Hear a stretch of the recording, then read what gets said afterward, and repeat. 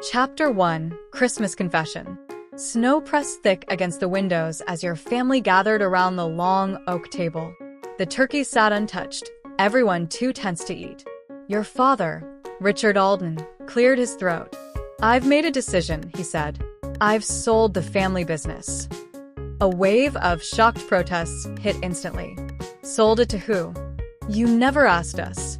You promised it'd stay in the family." Richard raised a hand to silence them. "And the proceeds won't be divided among you." Your siblings exploded. Michael, the oldest, pacing furiously. Anna, the middle child, nearly in tears. Only you stayed quiet, because you knew something they didn't. When the chaos died down, you spoke. "I know who bought it." The room froze. Richard stared at you, not angry, but scared. You said the name slowly. "Eleanor Alden." Silence hit like a vacuum. Michael's mouth hung open. Anna's fork slipped from her hand. "Because Eleanor was your parents' first child. The one who supposedly died 30 years ago." Chapter 2: The Buried Name.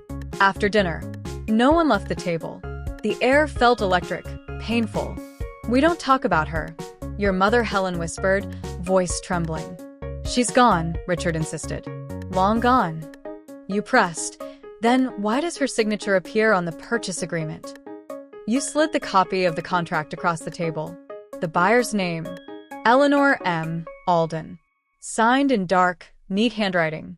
Michael stared. "This is impossible." Anna whispered, "We had a sister." Richard slammed his fist. "This conversation is over." But he wouldn't meet your eyes. And that told you everything. Eleanor wasn't gone. She was out there. And she had come back for the family empire.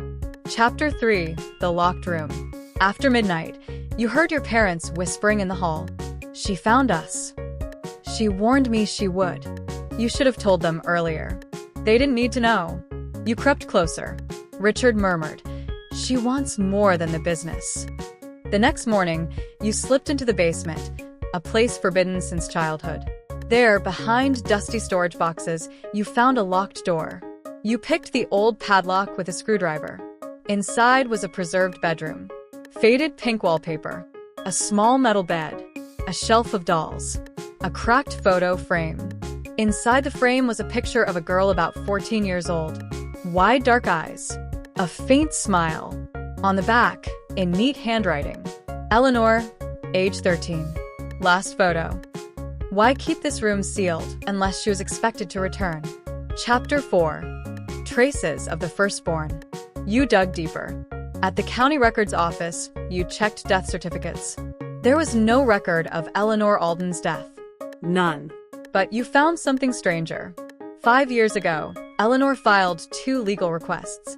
A petition to restore her old surname. A request to purchase commercial property, including the land your family business sits on. All denied, because your father had blocked them. She had been trying to come back for years. You drove home disturbed. On the porch lay an envelope. No postage. Hand-delivered. Inside, a photo of the family business. A red circle drawn around the old office window. A message written in delicate cursive. "You remember me. That's enough." Chapter 5: The Return. That night, the family gathered again. Not for celebration, but fear. "She was dangerous even as a child," Richard said finally. "She had episodes." Anna asked quietly, "Why didn't you get her help?" Helen's lips trembled. "We did, but she didn't want help. She wanted control." Michael scoffed.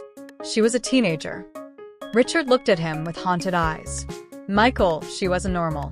She manipulated teachers, neighbors. She lied convincingly. She enjoyed watching people fall apart." A chill slid up your spine. A knock echoed at the door. 3 gentle taps. When you opened it, the porch was empty, except for a small music box. You brought it in. When you opened it, it played a soft lullaby. Inside the lid was a note. For the sibling who remembers. Chapter 6: The Red Ledger. Michael hacked into the business's financial server hoping to find clues. What he found instead was a private ledger labeled EA01, filled with dates, locations, payments, names of employees and partners, annotations like loyal, useful, and problem. Some names, marked with problem, had red lines through them. Those people were missing, bankrupt, or mysteriously unemployed. Eleanor had been in their lives for years, hidden, watching, turning the business inside out. And now she had full control. Michael's voice cracked. She's been planning this for decades. Anna whispered, but why? You already knew the answer. Because family was the one thing your father refused to give her. So she took the only thing that mattered to him more. His empire. Chapter 7. The house divided. The family spiraled. Michael wanted to run. Anna wanted to confront her. Your parents barricaded the doors. You studied the ledger and noticed something chilling. Next to each family member's name was a date. Past dates for employees she'd ruined. Future dates for your family. Beside yours was the earliest. Tomorrow. Midnight. You froze. Why mine first? You whispered. Richard swallowed hard. Because you were closest to her. Eleanor adored you as a baby. She saw you as the sibling meant to replace her. Your heart pounded. All these years, she hadn't forgotten you. She remembered you too well. Chapter 8. The final knock. Midnight came. Snow hissed against the windows. The house was silent, everyone awake, listening. 3 soft taps echoed through the hall. The same pattern as before. Tap, tap, tap. Your siblings clutched your arms. Helen began to cry. Richard grabbed a fireplace poker. You walked to the door. Slowly.